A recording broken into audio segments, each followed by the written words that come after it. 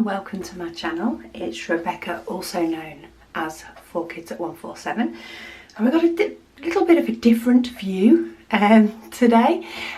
So quite a few people have asked me about the app that I use while doing my heaven and earth designs, so I thought we'd go through a walkthrough of how I use the app to give some of you an idea. Now, there are many more features of this app than what I use, especially for cross stitches as well, because that's primarily what this is made for.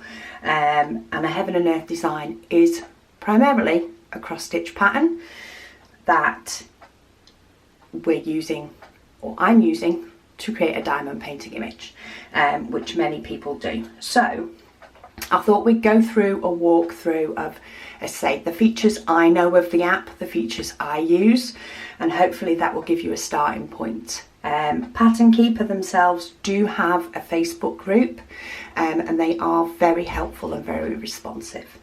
Now, I haven't got all my big lights on because otherwise it affects the screen, but the Pattern Keeper app is only available on the Play Store, so you can only get this on an Android device or on a Kindle, where you have to go through steps to get the Play Store onto the Kindle to then get the Pattern Keeper app. I currently use a Huawei tablet. Huawei's, the new ones, no longer have the Play Store, but mine does, so that's what I use. So this is the Pattern Keeper app, and to open it up at first, I do. Okay, let's not update at the moment. Let's just save that for another time. You don't want to watch an update. You gotta love it, haven't you? Every time you go on something, it wants an update. So I do already have my supersized maxed colours Little Dreamers tree. I'm trying not to move the tablet too much so that you can get as fuller image on this video as you can. But I already have the supersized Little Dreamers tree, and what I've done is I have a second chart for heaven and earth designs that I'm going to do, and I've recently just removed it from this app so that I can show you the process as much as possible. So what I do, once I've purchased my heaven and earth designs in a PDF, I put that onto my Google Drive. So I use the same Gmail address that is linked to this tablet. Makes it a whole lot easier. So to add a new pattern, I hit on add, and I want to open a PDF, and it gives you options to open it from. Now you can add in things like Dropbox and things like that, but as I say, I personally just use my Google Drive, and when I go to my drive, I have in there getting started, I have my Little Dreamers tree, and then I have my new one. So Mini Beautiful Light, so I want that one, so it's importing it. Okay, so this puts it into the app. Now you have got options to save and back up this. I only use one device for it, so I just put it all into one. So it's doing its thing, it's importing. Okay, successfully imported the chart, and now I can verify it and check that that looks okay. So that all looks like the image and the chart to me. I have all the symbols and I have all the colours.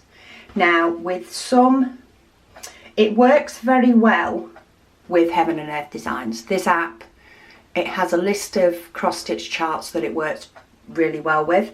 Some others you may need to tweak a little bit, add in the colours, edit stuff, and that's where the Facebook group will be very helpful for you. On the heaven and earth designs, I don't have to, so I can just hit the next button, and there we go. I have my chart in there already, and I've not done anything on it yet. So when you first zoom out, if you've done any of a pattern, you will see the parts that you've done. If you've not done any, you won't see anything. So for example, if it's not that one I want. So you can move your key from the side out of the way, but I actually prefer to have it out. And And then the main thing you have is you have 3 symbols across the top. So you've got a move symbol, you've got a search symbol, and then you have a highlight symbol. So firstly, on the move one, this is where you zoom in to the point that you can start to see the symbols on your pattern. And that should start showing up when it just, oh no, I've not gone in enough. So you have to zoom in to a certain point where you can start seeing your symbols. Now, I like to work, for the size of this tablet that I have, I like to work on sort of a block which is 3 across and 2 down. So that's a block of 10. So 3 blocks, so 30 across, 20 down. That's a nice size for me. It's a nice size to actually do on the chart, you know, in a session, where I don't get too confused. So I tend to zoom in so that I'm at that point, which means I don't need to use the move button again until I'm ready to move across to my next block of 6. So to start on the first one, what you can then do is you can then choose the search function, and you can click on any symbol and it will highlight that symbol. Now it will highlight that symbol across the whole chart, but of course you will be able to see the piece that you're working on. One of the other things you can do is you can tap on it in this sidebar, and I use this sidebar a lot, I must say. So you can just tap on it on the sidebar instead. Now if you try and move this, it will just go to highlighting different symbols depending on where you're touching. So you do need to remember to move about according to the top. When you're on the highlight button, see I'm already on this, it means you can tap any of these and hit yes, and it will colour that symbol in as being done. So I can also tap on those 3 and hit the frog, and they will go back to being undone, though of course normally you're using this while you're stitching, so you're doing it at the same time. The way I like to work it is I use the move symbol to get to the point that I want to work on, and then on my big heaven and earth designs I go straight to the highlight and I use this sidebar, because then I don't have to flip between search and highlight. I can just use this as my finding feature, and then I can go straight to highlight what it is that I've done, ticking yes, and then I can move on to the next symbol, do all my diamonds, tap as I'm doing them, or even swipe all the way across. So you can swipe across to say I've done all of that lot, and then hit the tick, and then I move on to the next symbol and do the same. This chart only has 15 colours, so I can already see that this B5200 is what I have the most of, so I'm likely to just click on that straight away, do that block, and then I'll probably go to the top. Okay, so that's how you'll see me using it. You'll see me just tapping down and doing each colour as it lights up in my square, and then you'll see me highlight what it is that I've done and hitting the tick button. Now if I come off that and then go back on it, it removes what I haven't checked off. Now what you can also do is if you press and hold, I can select all unfinished highlighted in a square or on the page. So if I go for on the page, it will highlight everything. Now if I go onto the move feature, that is highlighting the whole chart. Is it the whole chart or is it the whole page on the chart? The whole page on the chart. So that's all of page 1 in that symbol.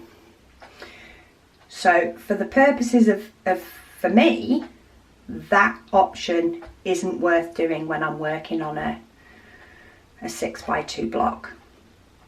However, if I press and hold, is it press and hold? Oh, I'm not on the highlight. Go on the highlight, press and hold, and I can select all the images in that square. So for something that has that much colour, I can do my block, highlight it, do them all. Move on to the next one, highlight all in the square, tick, done. So what I'm doing is showing that, okay, that's all done, and then I can move on to my next colour, and that then takes the symbol out of there and changes them all to white. What you can also do, if say you imported a chart that maybe you've already started working on paper, is you can press and hold and select all finished stitches in that square. If nothing's highlighted, you can choose to finish off that whole square. Ooh. All unfinished stitches in the square, all unfinished. So I could actually mark off this whole chart, so that whole block has been done. And then if I go to move now, when I zoom back out again, that keeps its colour. So as you progress across the chart, you start to see your image come to life. So if I went to, I have to zoom in enough to go to highlight. You have to be able to see the pattern. So if I go to highlight and choose select all unfinished on one page and tick yes, and then zoom back out, that shows me what that whole page looks like. So that is how your chart will progress as you do bit by bit. You will see it come to life on here, as well as seeing it come to life on your canvas. Does that make sense? I'm hoping it does. What you can also do in the settings, if you go into the settings, you do have an option to show page breaks. I tend to have that off, only because I like to work in that block of 3 by 2, and I will do that all the way across the top of my diamond painting. So I actually want to be able to do that all the way across before I go on to the next one. So those lines that show in your pattern as a page break, let me put them back on. So if I, oh, keep it on move, if I zoom in, come on tablet, this is where it takes a minute. So if I zoom in here, can you see I've got my lines, let me try and get it there. So I've got my lines for my 10 by 10 blocks, but then I have a big solid line that shows my new page, and that is the page on the PDF. That gets distracting to me. When I'm zoomed in my block, it's like, does my block finish there, or does it actually finish there? My brain's like, which way does it go? So by turning those off, all I see is my 3 by 6 block, because really it doesn't matter to me where the pages are in the pattern, because I'm using it on a tablet. So I find that turning that off is helpful, and that's in your settings at the top. And then of course you can zoom back out. What I can also do is, if I go back in, is I can press and hold. No, I need to be on highlight again. Press and hold, select all finished stitches on the page, and then I can undo. So that has now taken out the work that I'd said I'd done that I've not really done. So as you can tell, I've not done anything on this one yet. I am going to be doing a whip and chat on this one, so keep an eye out. But that's how I use this app. So let me, if I go back and show you my little dreamer's tree. So it's already zoomed in, ready for me to start my next block. And for this one, because it has so many more colours, there's 230 odd in this one, I tend to go straight on the highlight button and I start at the top. And I keep going until I see something highlighted in green to say that I need to do that stitch. And of course, all these first few colours I don't need. So there's one. So I will start with that number. Unless there's a lot of like these really dark squares and it's covered. Otherwise, I will just move my way down, and it means I can move through my 4 cases that I have without getting too confused. And because I'm going down this step by step, which may take a little bit longer, it means that I'm not having to move between searching and highlighting. I can just keep it on highlight, which means I can tap that, place the diamonds, hit done, move on to the next one. And I just work my way through like that. And if I zoom out of this, you can see, is that as far as it will go?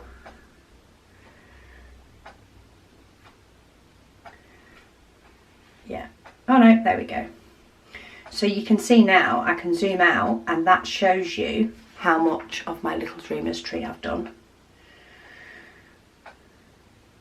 And that matches the diamonds that I've already placed. And then you can see all the diamonds I have yet to place, which are a few more than what I've done. But yeah, that's why I love this app. I love the fact that it shows your design in, you know, it comes to life on the app as much as it comes to life in your diamond painting. It puts in the colours for you so that you've got a clear picture of what you've done and what you've not. And I love the fact that I can work in a size that fits nicely on my screen.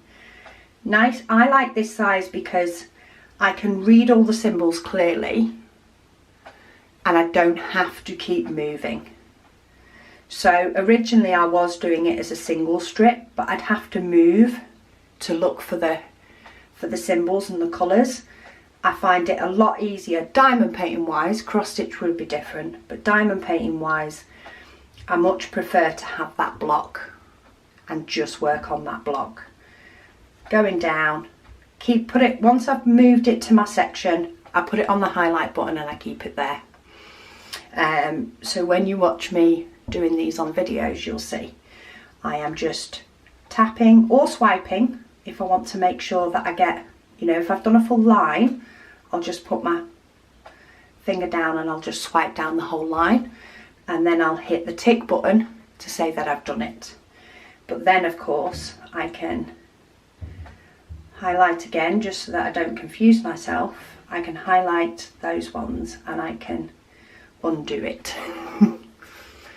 Which, you know, I don't want to muck myself up when I next get this design out.